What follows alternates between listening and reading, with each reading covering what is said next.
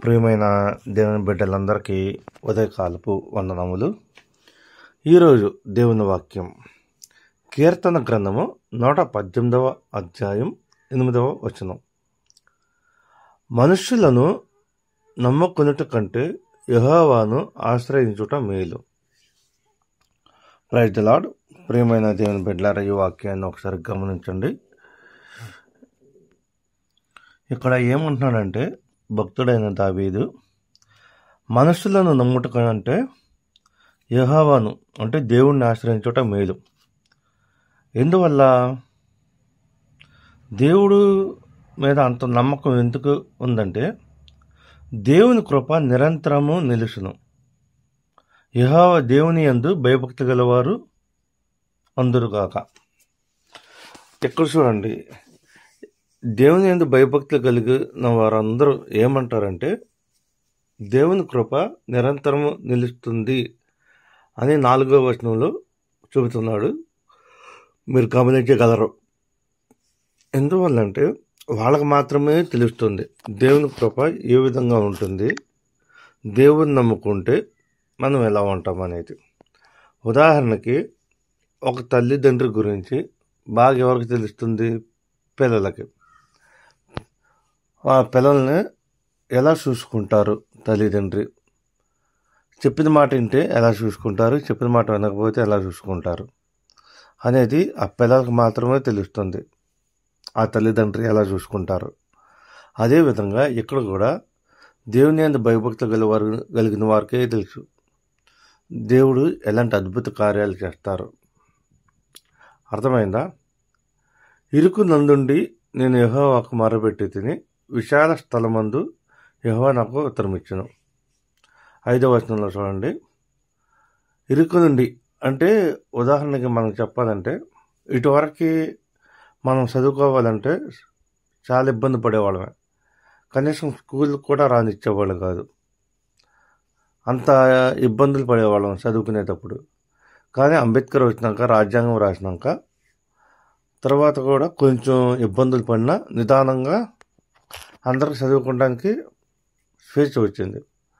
అట్లా ఇరుకు నుంచి విశాలతకి ఎలా వచ్చామో ఎక్కడ కూడా దేవుని యందు మనం వచ్చి రాని ప్రార్థన, లేకపోతే ఇంట్లో ఒప్పుకోకపోవటం వల్ల దొంగచాటుకు చేసుకునే ప్రార్థన, లేకపోతే పక్కంటి వాళ్ళు, పొరుగింటి వాళ్ళు ఏమైనా అనుకుంటారని ఒక అయమయం బాధతో కూడిన ప్రార్థన, ఇవన్నీ చాలా జాగ్రత్తగా చేసుకుంటాం. అంటే ఒక ఇరుకు మార్గంలో చేసుకుంటాం. కానీ చేసుకోగా కొన్ని రోజులకి మనకి నమ్మకం అనేది బాగా ఏర్పడుతుంది, లేకపోతే ఒక తెగింపు, లేకపోతే ఒక ధైర్యం వస్తుందన్నమాట. వచ్చినప్పుడు ఎవరు ఏమనుకున్నా పర్వాలేదు, నా దేవుణ్ణి, నేను అనుకున్న పనిని, నేను చేసే మంచి పనికి చెడు చేయట్లేదు కదా అని ఒక ధైర్యం వస్తుంది. ఆ ధైర్యం వచ్చినప్పుడు నీలో ఒక అద్భుతమైన సంతోషం వస్తుంది. విశాలత అంటే ఎవరికి భయపడకుండా నువ్వు స్వేచ్ఛగా నువ్వు దేవుని ప్రార్థించగలుగుతావు, నువ్వు అనుకున్న మంచి పని చేయగలుగుతావు. దానివల్ల ఎందువల్ల అంటే అంత స్వేచ్ఛ వచ్చింది, నువ్వు ఒక ధైర్యం వస్తుంది. నువ్వు చేసే మంచి పని అంటే ప్రేయర్, దేవుని దగ్గరికి వెళ్ళటం, అనేక అద్భుత కార్యాలు జరుగుతాయి. దాని ద్వారా అనేక మంది నీ వైపు స్వేచ్ఛగా రాగలుగుతారు. అందువల్ల నీకు అద్భుతమైన ధైర్యం వస్తుందన్నమాట. ఇక్కడ 6వ వచనంలో చూడండి. యెహోవా నా పక్షమున ఉన్నాడు, నేను భయపడను, నరులు నాకేమి చేయగలరు? అర్థమైన దేవుని బిడ్డలారా, దేవుడు నా పక్షంగా ఉంటే నేను భయపడను. ఎందువల్లంటే నా అవసరాలన్నీ తీరుస్తాడు దేవుడు. నరులు నాకేం చేయగలరు? నరులు నాకేం చేస్తారు? ఉదాహరణకి ఉపన్యాసాలు చెప్పమన్నా, ఒక మంచి మాటలు చెప్పమన్నా చెప్పేవాళ్ళు చాలామంది ఉంటారు మన చుట్టుపక్కల. కానీ ఏదన్నా ఆపద వచ్చినప్పుడు, రూపాయి ఖర్చు పెట్టాల్సి వచ్చినప్పుడు, సహాయం చేయాల్సి వచ్చినప్పుడు ఎంతమంది ముందుంటారనేది ప్రశ్న. నాకు తెలిసి 100కి ఒకళ్ళు ఇద్దరు ఉంటారు. మిగతా వాళ్ళందరూ ఉపన్యాసాలు చెప్పంటే, మంచి మాటలు చెప్పంటే చెబుతారే కానీ ఇలా ముందడిగారు. నేనున్నాను నీకు ధైర్యంగా నీ ఒక అండతో ముందడిగారు. అవునా కాదా? ఎక్కడో తక్కువ మంది వేస్తూ ఉంటారు. కానీ ఇక్కడ దేవుడు మాత్రం మన పక్షానే ఉంటాడు. మనం ఇరుకులో ఉండా, ఇబ్బందుల్లో ఉండా, కష్టాల్లో ఉండా, సుఖాల్లో ఉండా, సంతోషంగా ఉండా ఎప్పుడు మన వెంట ఉంటాడు. మనం చేయాల్సింది ఏంటి? దేవుని యందు నమ్మకంగా జీవించడం. అప్పుడే నమ్మకంగా జీవించినప్పుడు దేవుని యొక్క అద్భుత కార్యాలు మనకి తెలుస్తూ ఉంటాయి. అర్థమైందా దేవుని బిడ్డలారా?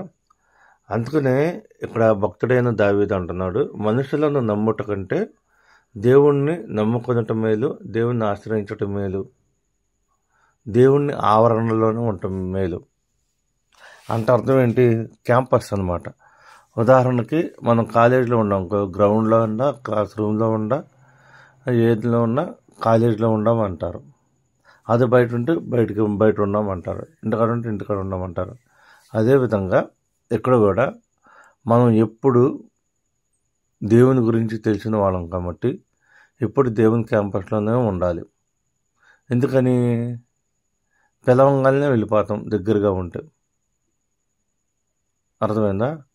అట్లాగే ఇక్కడ కూడా దేవుని క్యాంపస్లో ఉంటే వెంటనే మన సహోదరులు కానీ సహోదరుడు కానీ ఎవరైనా మాట్లాడుకునేటప్పుడు, కార్యక్రమాలు నిర్వహించుకునేటప్పుడు దేవుని వాక్యాన్ని అద్భుతంగా ప్రజలందరికీ తెలియజేయడం కొరకు ఇలాంటి నిర్ణయాలు తీసుకుంటారు.